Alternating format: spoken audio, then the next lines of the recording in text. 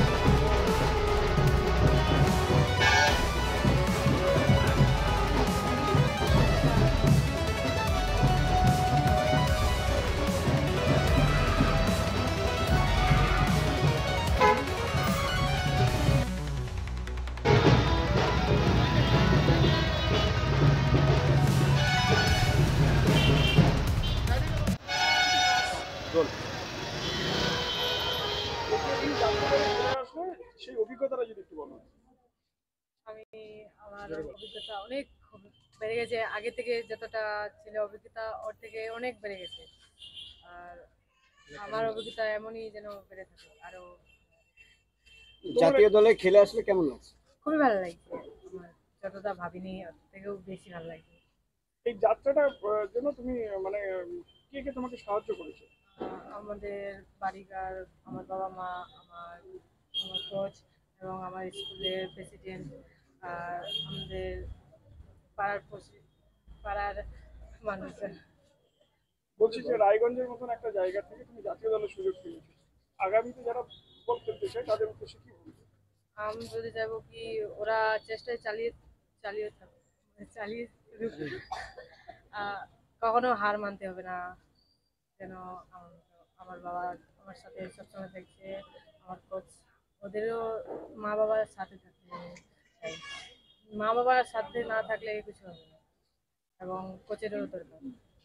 আর পাড়ার কোচি সেই বলতেই পারে, নিজের মেয়েকে নিজে বিশ্বাস না করতে পারলে কি হবে।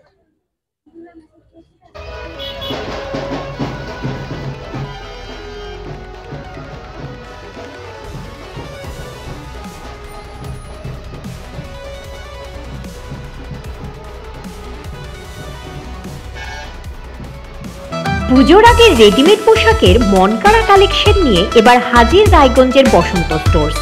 একই ছাদের নিচে পেয়ে যাবেন লেহেঙ্গা, চুড়িদার, শাড়ি, ব্লেজার সহ ছোট বড় সবার মনের মতো পোশাক।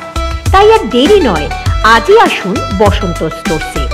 আমাদের ঠিকানা বিধাননগর মোড়, NS রোড, রায়গঞ্জ, উত্তর দিনাজপুর।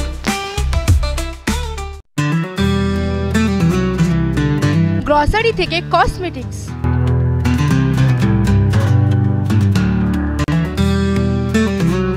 আপনার যে কোনো প্রয়োজনীয় জিনিস পেয়ে যাবেন একই ছাদের তলায়। আমাদের ঠিকানা LIC মোড়, রায়গঞ্জ, উত্তর দিনাজপুর। কসবা ল কলেজের ছাত্রীকে গণধর্ষণের পথ নিরাপত্তা সপ্তাহ উপলক্ষে কালিয়াগঞ্জের ট্রাফিক পুলিশের ইসলামপুর পুলিশ জেলার পক্ষ থেকে ইসলামপুর বাস স্ট্যান্ডে মিনমিন নয়, স্পষ্ট প্রশ্নের স্পষ্ট জবাব। আমরা ভারত টিভি, প্রতিদিন প্রতিক্ষণ মানুষের পাশে।